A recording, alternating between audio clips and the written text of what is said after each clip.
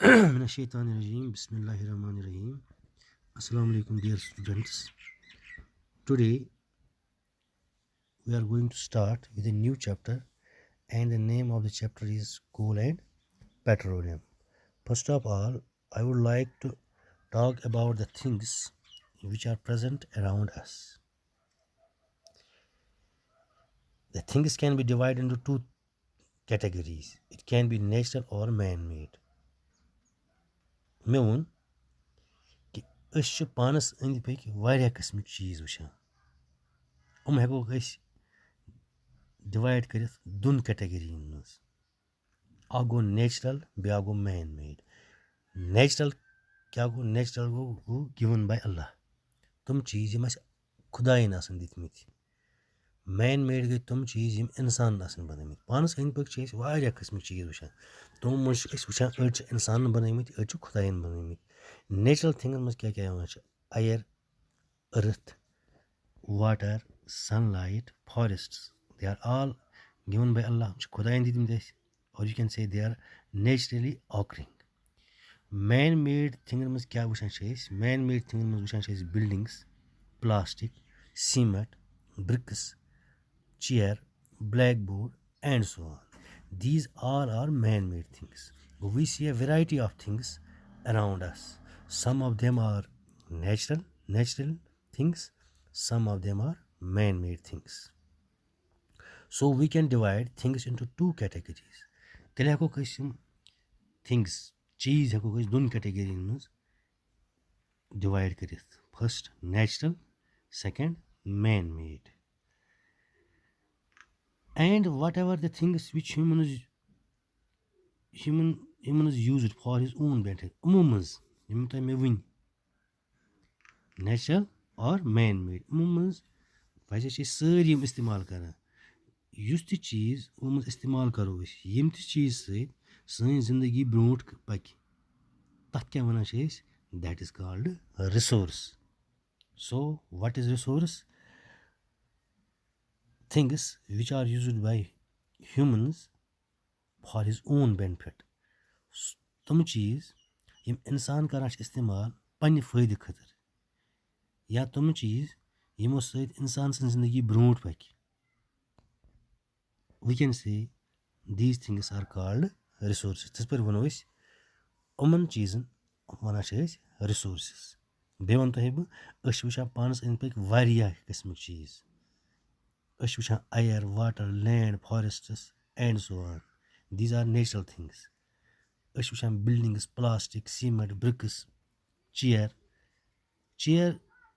Actually chair it is a man made thing, but the material from which it is been made is natural.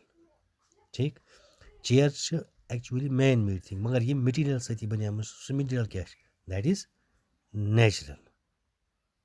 So we see the things around us are either naturally occurring or man-made. So these all things are called resources because these are used by humans for his own benefit. سٲری چیٖز چھِ کَران اِنسان اِستعمال پنٛنہِ فٲیدٕ خٲطرٕ, تَوَے پیوٚو یِمَن ناو resource. So what is resource? anything which is used by humans for his welfare can be called as resource. سُہ کانٛہہ چیٖز یُس اِنسان کَرِ پنٛنہِ فٲیدٕ خٲطرٕ اِستعمال, تَتھ چھِ وَنان أسۍ resources. Welfare means health or to become better. Resources can be in the form of earth. وۄنۍ کَتھ شکلہِ منٛز ہٮ۪کن یِم رِسورسٕز ٲسِتھ؟ Earth, water, land, sunlight, forests. These are natural. buildings, cement, plastic, bricks, houses, these are man-made. All these are called resources, and some of them are natural resources, some of them are man-made. So resources can be divided into two types. یُس یہِ resources یِم چھِ, یِم ہٮ۪کوکھ أسۍ divide کٔرِتھ دۄن ٹایپَن منٛز. اَمِکۍ اَکھ چھِ اَتھ natural resources, number second man made resources.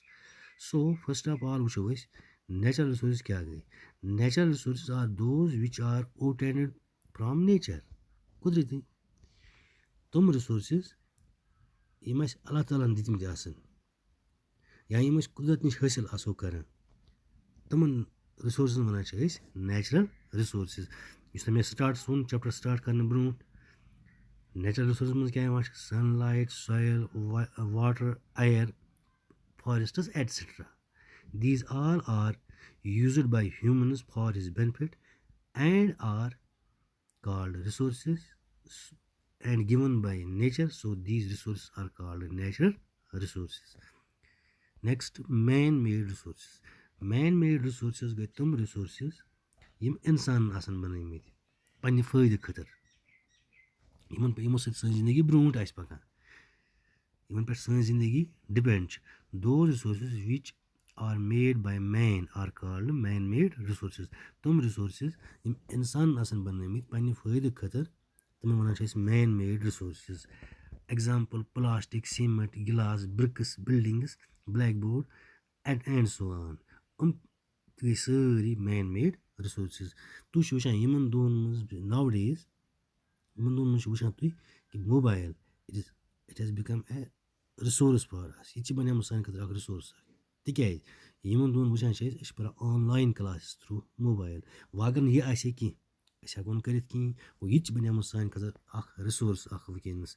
So everything प्रत कह चीज इस इस्तेमाल करान that is resource. Types of resources: exhaustible resources, inexhaustible resources. अगर इंग्लिश में वो exhaustible क्या गई बस कर इंग्लिश कत इंग्लिश बुक कत कर exhaust मीनस युस थोकमुत आस मगर ये मीनिंग बदल साइंस में. Exhaustible means which can be finished use खत्म हे गसित or which can over those resources which will get over after a few years. Exhaustible resources गई तुम resources यम कह वरी पत खत्म गस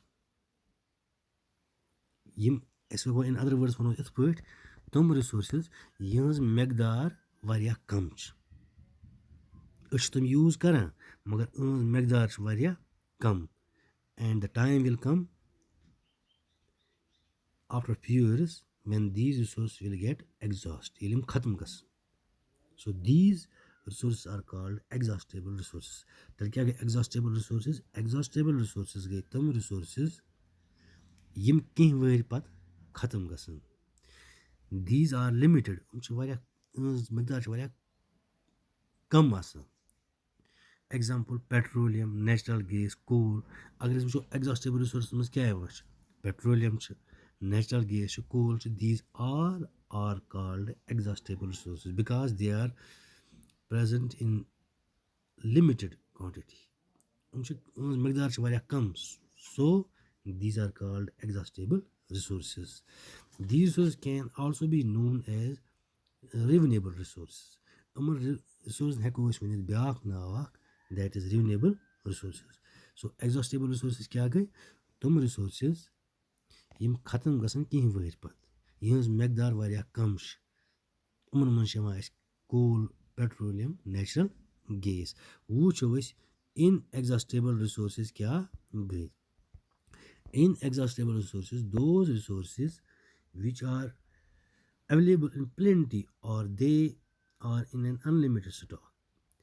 Inexhaustible resources गई तुम resources यहज मकदार वारिया आस यम खत्म गसन misal sunlight it will never exhaust it will never finish गसन जान खत्म then it is inexhaustible resources and is used by humans and all living organisms.